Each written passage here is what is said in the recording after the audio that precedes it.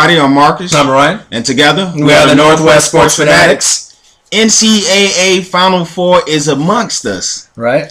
Wow, what a great tournament. One of my favorite times of the year. Right. March Madness, it doesn't get any better than that. So we're down to our Final Four teams.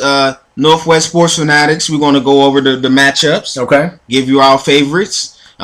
First, let's start with the Florida versus UConn game. Wow. How many of your brackets out there really had UConn in the Final Four? Busted. Be honest. All right. Now, UConn did make it here with a victory over Michigan State with an awesome hard-fought game. They are led by their coach, Kevin Ollie. A lot of real sports fans like me and you, we remember Kevin Ollie from back in the day. Right. They got a first-team All-American, Shabazz Napier. He's awesome, man. If you haven't watched him play, he's kind of a Jared Bayless, Kemba Walker hybrid there mixed together. He's averaging 18.6 rebounds and 5 assists. The point guard leads their team in those three categories. Yeah, pretty crazy. A really solid all-around player and probably the best player left individually out of the 4 teams left in the Final Four. In the tournament. They are getting big help from DeAndre Daniels, a junior that I like personally. I think this kid has a lot of potential. In the tournament, he's averaging 18 points and 6 rebounds. Wow. And you know they say in the NCAA tournament, this is where the prospects make their name. Right. So DeAndre Daniels is definitely making his name right now. Keys to victory for me, for UConn, of course, is free throws. They are the best free throw shooting team left in the tournament. They made 22 of 25 against Michigan State. Solid. And that's going to get you a W every time. That's 22 free points right there. This team kind of gives me that shade of back to the 2011 team with Kemba Walker. Right. Kind of the same feeling. So look for UConn to put up a real good fight against the Florida Gators. What about the Florida Gators? Wow, so you got number 1 Florida, the team that's the hottest team with their huge win streak versus number 7 UConn. You know, they got, SEC Player of the Year, Scotty Wilbekin. The point guard, he's very crafty, awesome, shifty. He's averaging about 13 points a game. But the thing that amazes me the most is he's shooting 40% from the three-point line. Wow. I mean, this guy is killing it. I mean, he's on fire. So if you leave him open, you're going to get torched. But Casey Prather, they got another good. He's their number 2, probably their second best player. He's averaging about 13 a game, and he's shooting 60% from the field. So he doesn't shoot threes very much, but when he's pretty close to the hole, he can drive, penetrate, obviously get to the free throw line, and that's what they need. But to me, the X factor for Florida, I think most people are going to root for Florida to win this in this game because of their brackets, what they set up. But Michael Frazier, the second, right, solid player, and Patrick Young.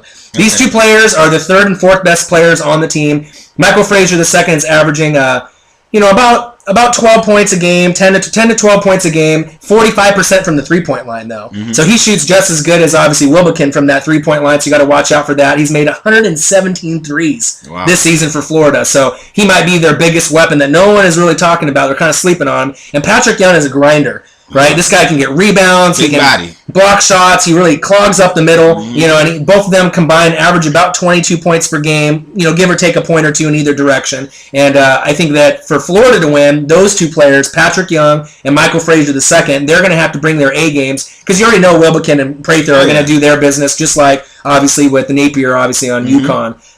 Who is your prediction for this first Final Four game? This is tough for both of us. This is a tough game. But for me, in the NCAA, when you get this deep, you got to look at coaching, and you go Billy Donovan, been there, done that. So for me, I even though UConn is a great defensive team, I got to go with the man with the experience in Billy Donovan to advance to the championship game. What about you? Ooh, man, yeah. You know what?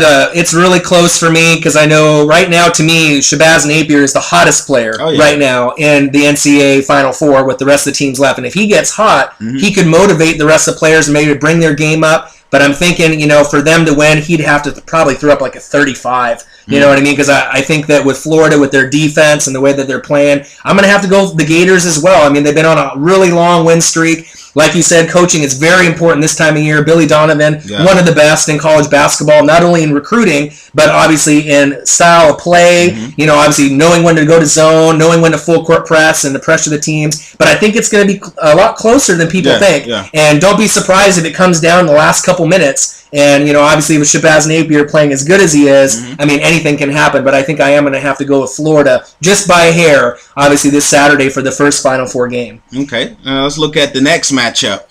We got the number 2 seed Wisconsin Badgers and the number 8 seed Kentucky Wildcats. The new Fab Five. Wow. I mean, you look at these two teams.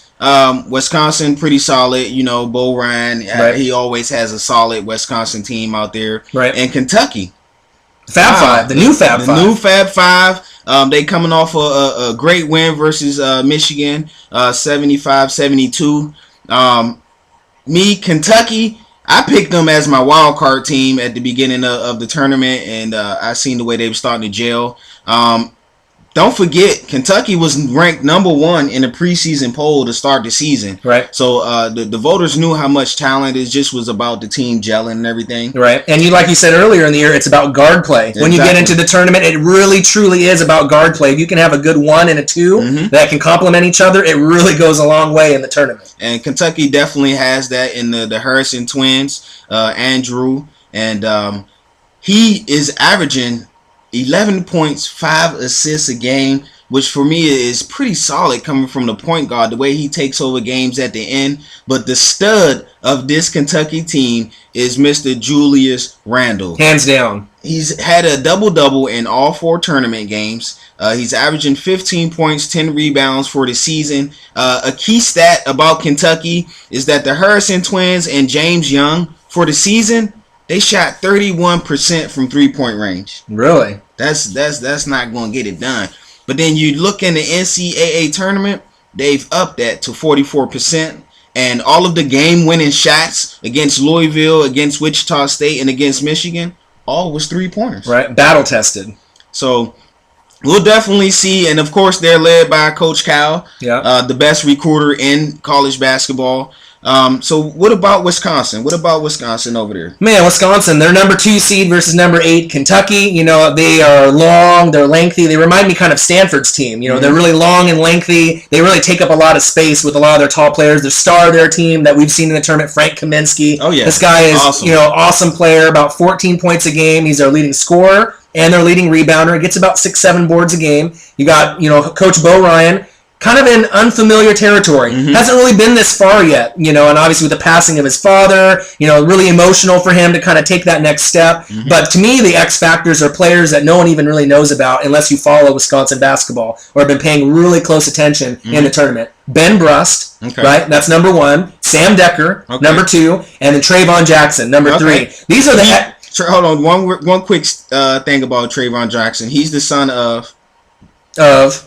Who is he? He's the son of Jim Jackson. Jimmy Jackson. Former Ohio State. So you teach me something new every day. There you go. There he is. Jimmy Jackson. But, those 3 players right now, 34 points per game. Wow. Not including what Kaminsky's going to give you with rebounding, assists, block shots, and that leadership. And a nice key stat about Trayvon Jackson, Mr. Jimmy Jackson Jr., little baby son there. 4 assists a game, and he's leading the team. I know it doesn't sound like a lot, but he really gives them key assists down the stretch so they don't make those key turnovers to obviously lose the game. And man, you know what? This is going to be a real exciting game. It could really go either way. And it really just depends on how good their defense is against this Fab Five. And how they can control how many times they go to the line might be the difference between winning and losing. Because if you watch Kentucky, they love to penetrate the hole when things are kind of going in a direction where they're losing the game. They start to lose the game, they start to kind of lose control, but what do? They have the Harrison twins start to penetrate the hole, hit that free throw line, kind of shut that momentum down a little bit, and as long as they make some good free throws, and extend the game, that's going to be the key to victory for them. So who is your prediction for this showcase game? This is a tough game because no one predicted either of these two teams to be here at this moment. I love Kaminsky, man. He's awesome. But I had to go with my sleeper team, the Kentucky Wildcats.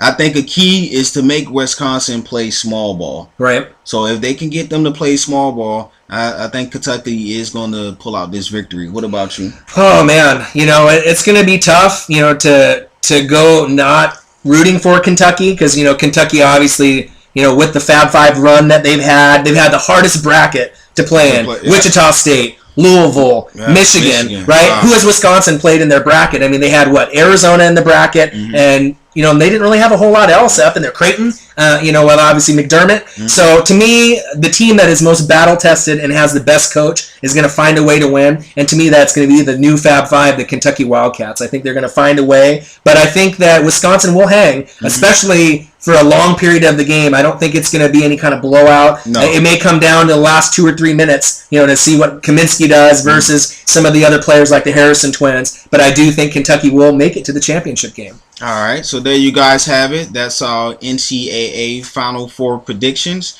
Who's going to cut it all down at the end? Oh, man. Who's going to cut the nets? It's hard for history for a Fab Five team to win it all, with Kentucky. But I think that if Florida wins against UConn by at least 15 or more, like they blow them out, I'm thinking you're going to have to go the Gators. Even as good as Kentucky is, at some point they're going to have to play like freshmen. Right. They're not playing like freshmen right now. No. So I'm thinking if Florida does beat UConn, then I'm going to have to go Florida. I'm going to have to go Billy Donovan. What about you? Yeah, I'm going Florida too. Billy Donovan, been there, done that. A heavy senior-laden team. Right. So I'm going to go with the Gators.